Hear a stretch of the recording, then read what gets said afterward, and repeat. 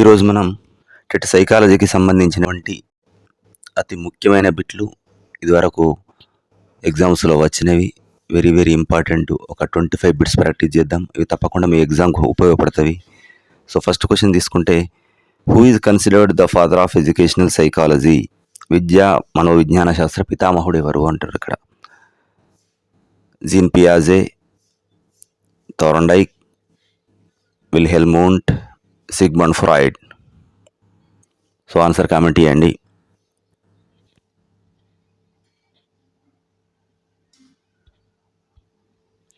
So the answer is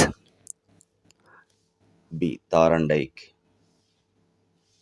ఎందుకంటే Thorndike యొక్క అభ్యసన నియమాలు అంటే సంసిద్ధత నియమం, అభ్యసన నియమం, ఫలిత నియమం అన్నట్లాంటి 3 సిద్ధాంతాలని ఎడ్యుకేషన్కి అప్లై చేసి విజయం సాధించిన కనుక ఈయనను విద్యా మనోవిజ్ఞాన శాస్త్ర పితామహుడు అంటారు ఇక్కడ.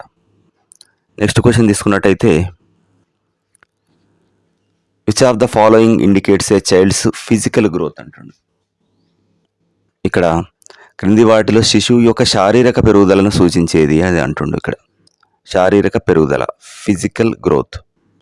ఫిజికల్ గ్రోత్ అనేది క్వాలిటేటివా, క్వాంటిటేటివా, సీక్వెన్షియలా, బిహేవియరల్ అంటే గుణాత్మకమైందా, పరిమాణాత్మకమైందా, క్రమానుగతమైందా, ప్రవర్తనాత్మకమైందా అంటుంది ఇక్కడ. సో ఇక్కడ ఆన్సర్ చూసినట్టయితే ఏమవుతుంది, ఇది పరిమాణాత్మకమైంది, క్వాంటిటేటివ్ అవుతుంది. ఎందుకంటే గత సంవత్సరం ఉన్నటువంటి ఒక విద్యార్థి హైట్లో ఈ సంవత్సరం తేడా వస్తుంది, పెరుగుతుంది. దాన్ని మనం కొలవచ్చు. కొలవడానికి అనుకూలంగా ఉన్నది ఏదైతే ఉందో దాన్ని క్వాంటిటేటివ్, పరిమాణాత్మకమైంది అని చెప్పవచ్చు. ఇక థర్డ్ క్వశ్చన్ చూసినట్లయితే, అకార్డింగ్ టు జీన్ పియాజే, during which stage does a child develop object permanence? Object permanence అంటే వస్తు స్థిరత్వ భావన అంటారు ఇక్కడ. పియాజే ప్రకారం ఏ దశ లోపట శిశువు వస్తు స్థిరత్వ భావనను పెంపొందించుకుంటాడు అంటుండే ఇక్కడ. ఇది పూర్వ ప్రచాలక దశ, అమూర్త ప్రచాలక దశ, ఇంద్రియ చాలక దశ, అమూర్త ప్రచాలక దశ అంటుండే ఇక్కడ. చూసినట్లయితే so the answer sensory motor stage, ఇంద్రియ చాలక దశ అంటుండే ఇక్కడ. Is the right answer. ఎందుకనుకుంటే జనరల్గా ఇంద్రియ చాలక దశ అనేది 0 to 2 years వరకు ఉంటుంది. ఇక్కడ మరి సుమారు 8 నుంచి 9 నెలల వయసులో ఏం జరుగుతుందంటే, శిశువు కంటికి కనిపించకపోయినా కూడా వస్తువులు ఉనికిలోనే ఉంటాయి అని గ్రహిస్తాడు. అంటే మనం ఒక బొమ్మను చూపెట్టి తర్వాత మళ్ళీ ఆ బొమ్మ పైన దుప్పటో ఏదైనా కప్పేసి పడేస్తే ఆ బొమ్మ లేదు అనుకోడు, ఆ దుప్పటిని తీసేసి ఆ కింద ఉంది అని అనుకుంటాడు. అంటే ఇక్కడ ఒక చోట ఉంది అని అనుకుంటాడు. దాన్నే వస్తు స్థిరత్వ భావన అంటారు. ఇక ఫోర్త్ క్వశ్చన్ తీసుకుంటే, పెడగాగి అనే పదానికి అర్థం ఏంటి అంటుండే ఇక్కడ. పిల్లవాడిని అర్థం చేసుకోవడం, పిల్లవాడికి మార్గదర్శకత్వం చేయడం, పిల్లవాడిని నడిపించడం లేదా బోధించడం, పిల్లవాడిని నియంత్రించడం. సో ఆన్సర్ కామెంట్ చేయండి.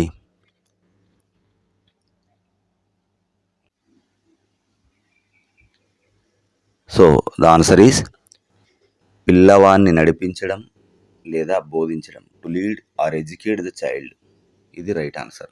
ఎందుకంటే ఇక్కడ గ్రీకు పదాలైనటువంటి పైస్, ఎగో అనేటువంటి వాటి నుంచి ఈ పెడగాగి అనేది వచ్చింది. పైస్ అంటే పిల్లవాడు, ఎగో అంటే నడిపించడం, అంటే పిల్లవాడిని సరైన విద్యా మార్గం లోపల నడిపించడం లేదా బోధించడం అని అర్థం వస్తుంది. తర్వాత ఫిఫ్త్ తీసుకున్నట్లయితే, వ్యక్తి తన తప్పుల నుంచి తానే నేర్చుకుంటాడు. ఈ వ్యాఖ్య ఏ అభ్యసన సిద్ధాంతంపై ఆధారపడి ఉంది అంటుండే ఇక్కడ. అంటే an individual learns from their own mistakes. The statement is based on which learning theory? తన తప్పుల నుంచి నేర్చుకోవడం అనేది దీనికి సంబంధించి శాస్త్రీయ నిబంధనం, అంతర్దృష్టి అభ్యసనం, కార్యసాధక నిబంధనం, యత్న దోష అభ్యసన సిద్ధాంతం. దీని ప్రకారం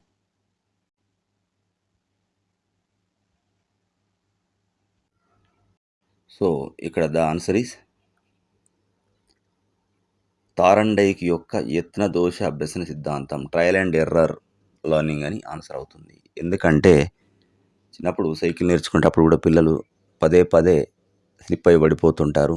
అట్లా తప్పులు చేస్తూ తర్వాత దాని నుంచి బ్యాలెన్స్ చేసుకొని నేర్చుకోవడం జరుగుతుంది. ఇది యత్న దోష అభ్యసన సిద్ధాంతం కిందకి ఎగ్జాంపుల్గా చెప్పుకోవచ్చు.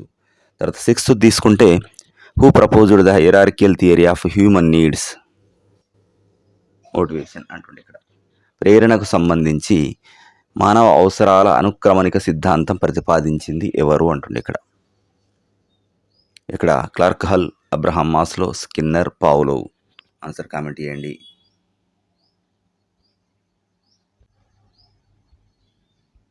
So the answer is B, Abraham Maslow.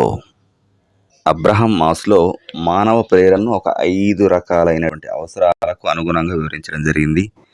దానిలో కూడా ప్రాథమిక అవసరాలు అయినటువంటి శారీరక అవసరాలు వీటితోటి ప్రారంభమై సెల్ఫ్ యాక్చువలైజేషన్ అంటే ఆత్మ సాక్షాత్కారంతో ముగుస్తుంది. అంటే హయ్యర్ ఆర్డర్ నుంచి అంటే లోయర్ ప్రాథమిక అవసరాలతోటి మొదలుండి పోను ఈ సెల్ఫ్ యాక్చువలైజేషన్తో క్లోజ్ అవుతుంది ఈ పిరమిడ్ అనేది. ఇకపోతే 7th క్వశ్చన్ తీసుకుంటే,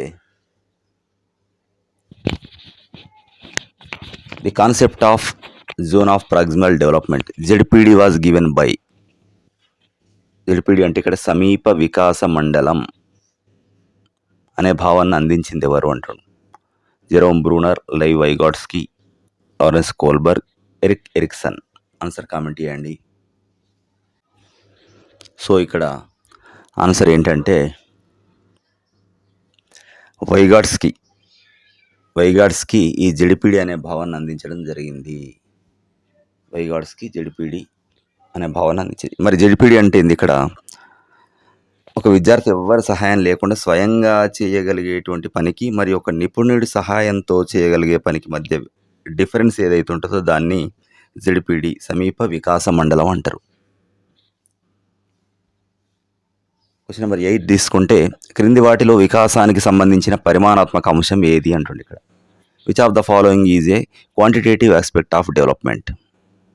ఇక్కడ అంటే 8th క్వశ్చన్ తీసుకున్నట్టయితే which of the following is a quantitative aspect of development అంటుంది ఇక్కడ. క్రింది వాటిలో కూడా వికాసానికి సంబంధించినటువంటి పరిమాణాత్మక అంశం ఏంటి?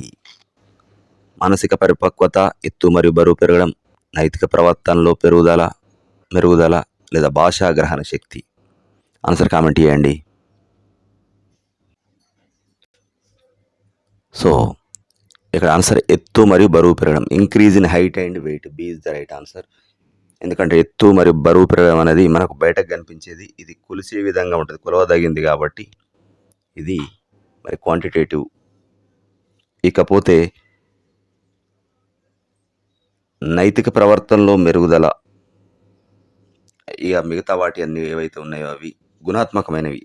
ఎందుకంటే నైతికత, మానసికత ఇవన్నీ కూడా గుణాత్మకమైనవి, కేవలం కొలవడానికి అనుగుణంగా ఉన్నది కనుక దీన్ని పరిమాణాత్మకం అయినటువంటి ఏంటి ఎత్తు మరియు బరువు పెరగడం మాత్రమే.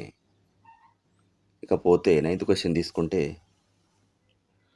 ఒక క్రికెట్ మ్యాచ్లో సాగర్ మొదటి బంతికి అవుట్ అయినప్పుడు కోపంతో తన బ్యాట్ను పిచ్పై గట్టిగా కొట్టాడు. ఇది ఏ రక్షక తంత్రం అంటుంది ఇక్కడ. ప్రక్షేపణం, గమనం, విస్థాపనం, హేతుకీకరణ. ఆన్సర్ కామెంట్ చేయండి.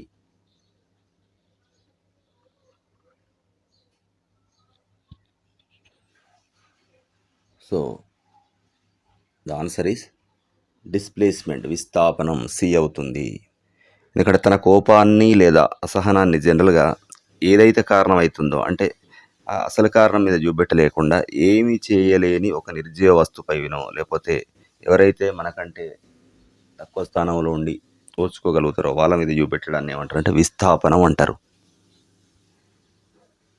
10th క్వశ్చన్ తీసుకుంటే, గతంలో నేర్చుకున్న అభ్యసనం కొత్త పని సులభంగా నేర్చుకోవడానికి సహాయపడితే దాన్ని ఏమంటారు అంటారు. ప్రతికూల అభ్యసన బదలాయింపు, శూన్య అభ్యసన బదలాయింపు, అనుకూల అభ్యసన బదలాయింపు, ద్విపార్ష అభ్యసన బదలాయింపు అంటుండు. ఆన్సర్ కామెంట్ చేయండి.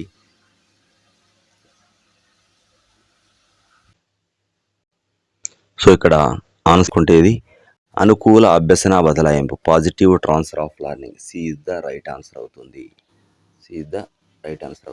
ఎందుకనంటే ఇప్పుడు ఏదైనా ఒక ఫీల్డ్ లోపల పొందినటువంటి జ్ఞానం లేదా స్కిల్, నైపుణ్యం అనేది ఇంకో కొత్త విషయాన్ని నేర్చుకోవడంలో సహాయపడితే దాన్ని అనుకూల బదలాయింపు అంటారు. ఇక్కడ అంటే సైకిల్ నేర్చుకున్న వాళ్ళు ఆ ఎక్స్పీరియన్స్ తోటి మరి బైక్ నడపడం నేర్చుకోవడం ఈజీ కనుక దీన్ని అనుకూల అభ్యసన బదలాయింపు కింద తీసుకోవచ్చు. నెక్స్ట్ క్వశ్చన్ తీసుకుంటే, క్వశ్చన్ నెంబర్ 11 తీసుకుంటే, ప్రజ్ఞాలబ్ధి ఐక్యూ సూత్రాన్ని తుది రూపంలో అందించింది ఎవరు? The IQ formula was finalised by. ఇక్కడ రెండు ఉంటాయి. ఫస్ట్ ప్రతిపాదించింది ఒకరు, దాన్ని ఫైనలైజ్ చేసింది ఒకరు. మరి Binet, Stern, Terman, Wissler. Answer comment చేయండి.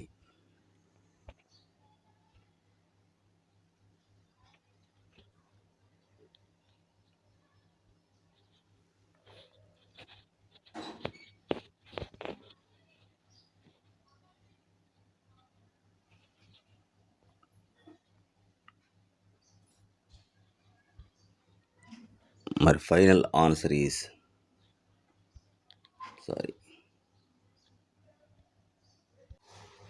సో ఇక్కడ ఆన్సర్ ఈజ్ టెర్మన్ అవుతుంది. Answer is Terman. Lewis Terman is the right answer. ఎందుకంటే ఇక్కడ ఏమైందంటే విలియం స్టెర్న్ అన్నట్టు ఆయన మొట్టమొదటిసారి ఐక్యూ అనేటువంటి భావనను ఇచ్చిండు. కానీ లూయిస్ టెర్మన్ దానికి ఏం చేసిండంటే ఇంటూ 100 అంటే 100 తోటి గుణించి దానికి ఒక ఆ ప్రిన్సిపల్కి తుది రూపాన్ని ఇవ్వడం జరిగింది. అంటే IQ is equal to MA/CA into 100 అంటే ఇక్కడ ఇంటూ 100 అని పెట్టి ఫైనలైజ్ చేసి తుది రూపాన్ని ఇచ్చింది మాత్రం లూయిస్ టెర్మన్. తర్వాత 12th క్వశ్చన్ తీసుకుంటే, ఒక పిల్లవాడి మానసిక వయస్సు అంటే మెంటల్ ఏజ్ 12 సంవత్సరాలు, మరి శారీరక వయసు క్రోనాలజికల్ ఏజ్ 10 సంవత్సరాలు అయితే అతని ప్రజ్ఞాలబ్ధి ఐక్యూ ఎంత అంటుండే ఇక్కడ. సో ఇంతకుముందు మనం చెప్పుకున్నట్టు IQ is equal to MA/CA into 100 అని చెప్పుకున్నాం కదా, దాని ప్రకారం మరి చేసి ఆన్సర్ చేయండి.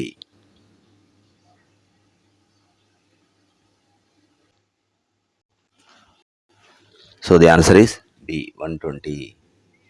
Answer is 120. అంటే ఇక్కడ MA/CA ఇంటూ 100 ఇది చేస్తే 120 ఆన్సర్ వస్తుంది కనుక B is the right answer. Question number 13 తీసుకుంటే, లారెన్స్ కోల్బర్గ్ ప్రకారం శిక్ష నుంచి తప్పించుకోవడానికి మాత్రమే నియమాలను పాటించే పిల్లవాడు ఏ నైతిక స్థాయిలో ఉన్నాడు అంటుండే ఇక్కడ. పూర్వ సాంప్రదాయక నైతికత, సాంప్రదాయక నైతికత, ఉత్తర సాంప్రదాయకత నైతికత, స్వయం ప్రతిపత్తి నైతికత. అంటే శిక్ష నుంచి తప్పించుకోవడానికి మాత్రమే రూల్స్ ఫాలో అవుతుండు. మరి ఏ నైతిక స్థాయిలో ఉన్నాడు అనేది ఇక్కడ ఆన్సర్. సో ఆన్సర్ కామెంట్ చేయండి.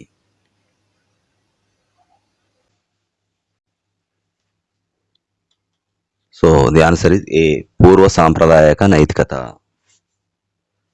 ఇక్కడ ఏముందంటే కోల్బర్గ్ సంబంధించిన సిద్ధాంతం లోపల ఈ పూర్వ సాంప్రదాయక స్థాయి లోపల పిల్లవాళ్ళకు సొంతంగా నైతికత అనేది ఉండదు.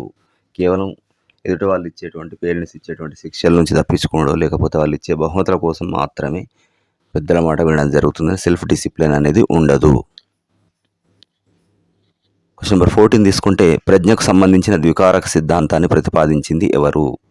ద్వికారక అంటే ఒకటి సాధారణ కారకం, ప్రత్యేక కారకం. The 2 factor theory of intelligence was proposed by Howard Gardner, Charles Spearman, Louis Thurstone and Thorndike. Answer comment చేయండి.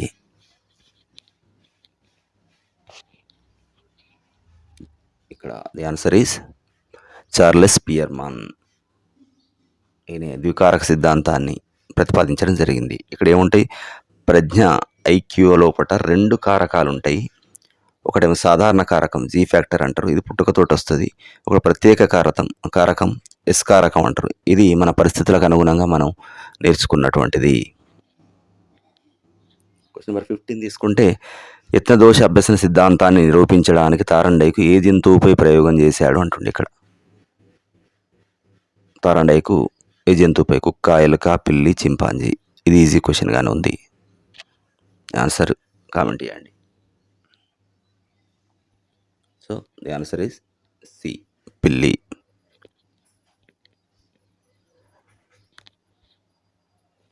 ఇక్కడ ఒక ఆకలితోటి ఉన్నటువంటి పిల్లిని బోన్లో ఒక పజిల్ బాక్స్ లోపల ఉంచిండు. అది ఫస్ట్ బయట ఉన్నటువంటి ఆహారాన్ని చూసి రకరకాల ప్రయత్నాలు చేస్తుంది. గోడల వైపు ఎగురుతూ గీరుతూ చేస్తుంది. అనుకోకుండా సడన్గా అక్కడ ఉన్నటువంటి ఆ కొక్యం లేదా ఆ లివర్ ఓపెన్ అవుతుంది. అప్పుడు ఆహారం దొరకదు. అంటే అనుకోకుండా సడన్గా చాలా ప్రయత్నాలు తప్పులు చేసిన తర్వాత ఒక సొల్యూషన్ అనేది దొరుకుతుంది ఇక్కడ. అప్పుడు బయట ఉన్నటువంటి ఆహారాన్ని పొందడం జరుగుతుంది. క్వశ్చన్ నెంబర్ 16 తీసుకుంటే నవజాత శిశువులో మొదటగా కనిపించే ఉద్వేగం ఏది అంటుండే. ఇక్కడ the emotion that appears first in a new born infant is. First నవజాత శిశువులల్లా మొట్టమొదట కనిపించేటువంటి ఒక ఎమోషన్ ఏంటి? భయం, కోపం, ఉత్తేజం, అసూయ. ఆన్సర్ కామెంట్ చేయండి. సో ఆన్సర్ ఈజ్ సి, ఉత్తేజం. C is the right answer. ఇక్కడ బ్రిడ్జెస్ పరిశోధనల ప్రకారం ఏం జరిగిందంటే, పుట్టినప్పుడు శిశువుకు స్పెషల్గా ఎటువంటి ఎమోషన్ ఉండదు. కేవలం బయట జరిగేటువంటి సాధారణ బయట మార్పుల వల్ల ఉత్తేజం మాత్రమే ఉంటుంది. 17 తీసుకుంటే ఎరిక్సన్ మనోసాంఘిక వికాస సిద్ధాంతం ప్రకారం నమ్మకం వర్సెస్ అపనమ్మకం అనే దశ ఏ వయస్సుకు సంబంధించింది అంటుండే. ఇక్కడ ఎరిక్సన్ గారు మనోసాంఘిక వికాస సిద్ధాంతాన్ని ప్రతిపాదించారు. దానిలో ఇచ్చినటువంటి కొన్ని ప్రిన్సిపల్స్లో నమ్మకం వర్సెస్ అపనమ్మకం ఏ దశలో వస్తుంది? కౌమార దశ, శైశవ దశ, పూర్వబాల్య దశ, ఉత్తర బాల్య దశ. ఆన్సర్ కామెంట్ చేయండి.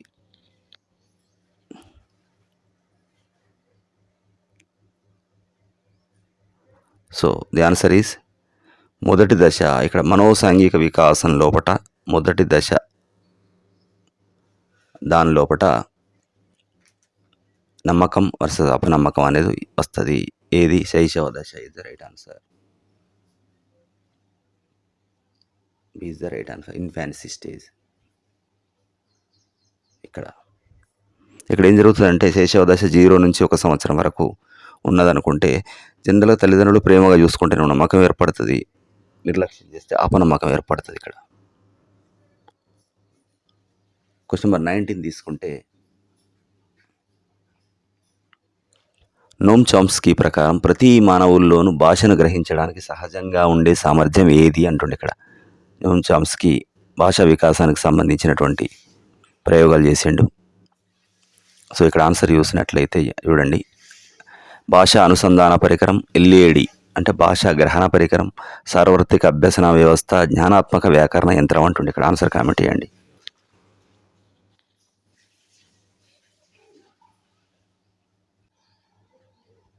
సో ఇక్కడ ఆన్సర్ ఈజ్ ఎల్ఏడి, భాషా గ్రహణ పరికరం. B is the right answer. Language acquisition device.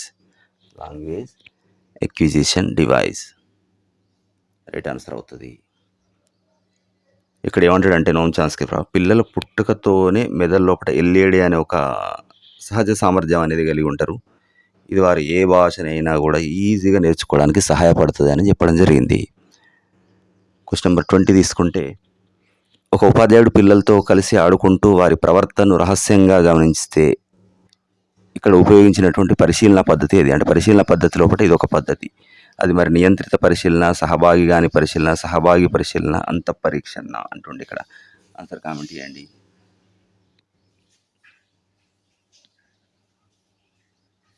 So the answer is సహభాగి పరిశీలన, పార్టిసిపెంట్ అబ్జర్వేషన్ అంటున్నాం. ఇక్కడ ఏమంటున్నాం? పార్టిసిపెంట్ అబ్జర్వేషన్ అంటున్నాం ఇక్కడ. ఎందుకంటే పరిశీలకుడు ఆ గ్రూపు లోపల ఒకటిగా చేరిపోయి తన ఉనికి అనేది బయట అంటే మిగతా వారికి ఎవరికి తెలియకుండా ఇతరుల ప్రవర్తన సహజంగా గమనిస్తుండే కనుక దీన్ని ఆయన పార్టిసిపెంట్గా ఉంటుండే కనుక పార్టిసిపెంట్ అబ్జర్వేషన్ అంటారు.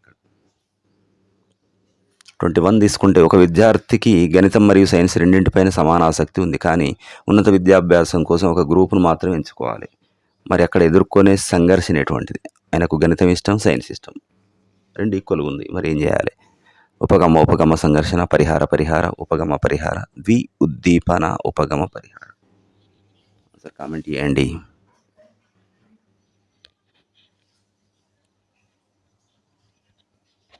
సో ఆన్సర్ ఈస్ ఉపగమ పరిహార సంఘర్షణ. A is the right answer. Approach. ఎందుకంటే రెండు పాజిటివ్గానే ఉన్నాయి కనుక ఉపగమ, రెండు నెగిటివ్ ఉన్నప్పుడు పరిహార అనాలి. ఒకటి పాజిటివ్ ఒకటి నెగిటివ్ అనుకుంటే ఉపగమ పరిహార చెప్పుకోవాలి. ఇక్కడ ఏమైంది? ఒక వ్యక్తికి రెండు సమానంగా ఉన్నాయి, రెండు ఆయనకి ఇష్టమే, రెండు సమానమైనటువంటి సంతృప్తిని ఇచ్చేటువంటి లక్ష్యాలు ఎదురైనాయి అనుకోండి, ఏదో ఒక దాన్ని ఎంచుకునేటప్పుడు మానసిక సంఘర్షణలకు లోను కావడం జరుగుతుంది. సో నెక్స్ట్ క్వశ్చన్ తీసుకున్నట్లయితే, వికాస సూత్రాల్లో శిరోపాధాభిముఖ సూత్రం అంటే వికాసం ఏ విధంగా సాగుతుంది అంటుండు. సెఫాలో కాడల్ ప్రిన్సిపుల్ లోపట ఏ విధంగా వికాసం ఉంటుంది? కేంద్రం నుంచి పరిధి వైపుగా, సాధారణ నుంచి నిర్దిష్టత వైపుగా, తల నుంచి కాళ్ళ వైపుగా, నిర్దిష్ట నుంచి సాధారణం వైపుగా.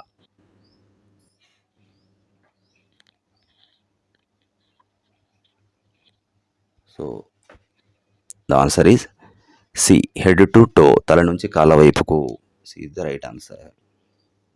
వికాసం ఎల్లప్పుడూ పై భాగం నుంచి కింది భాగానికి సాగుతుంది. అంటే తల మొదట నిలబడుతుంది, ఆ తర్వాత మెడ, చివరిగా కాళ్ళపై నడవడం జరుగుతుంది.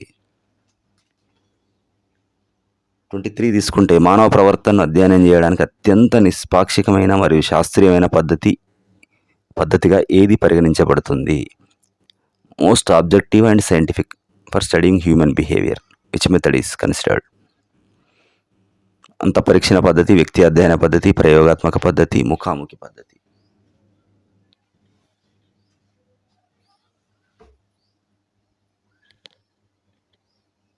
ఆన్సర్ కామెంట్ చేయండి. సో ఇక్కడ ఏం జరుగుతుంది? ప్రయోగాత్మక పద్ధతి right answer. Experimental method is right answer. ఇక్కడ ఏం జరుగుతుందంటే ఇది అత్యంత శాస్త్రీయమైనటువంటి పద్ధతి. ఎందుకంటే కొంచెం నియంత్రించినటువంటి వాతావరణంలో, అంటే ఫర్ ఎగ్జాంపుల్ ల్యాబొరేటరీ లోపల వేరియబుల్స్, చరాలను మనం కంట్రోల్లో పెట్టి కారణ ఫలిత సంబంధాలను నిరూపించడం జరుగుతుంది. 24 తీసుకుంటే the concept of scaffolding in education is closely associated with. విద్య లోపల స్కాఫోల్డింగ్ అనే భావన ఎవరితో ముడిపడి ఉంది అంటుండే. ఇక్కడ స్కాఫోల్డింగ్ అంటే మద్దతు లేదా సహకారం.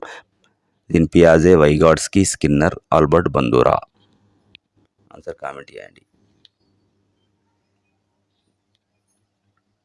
So the answer is B, Lev Vygotsky. మరి ఏంటి స్కాఫోల్డింగ్ అంటే?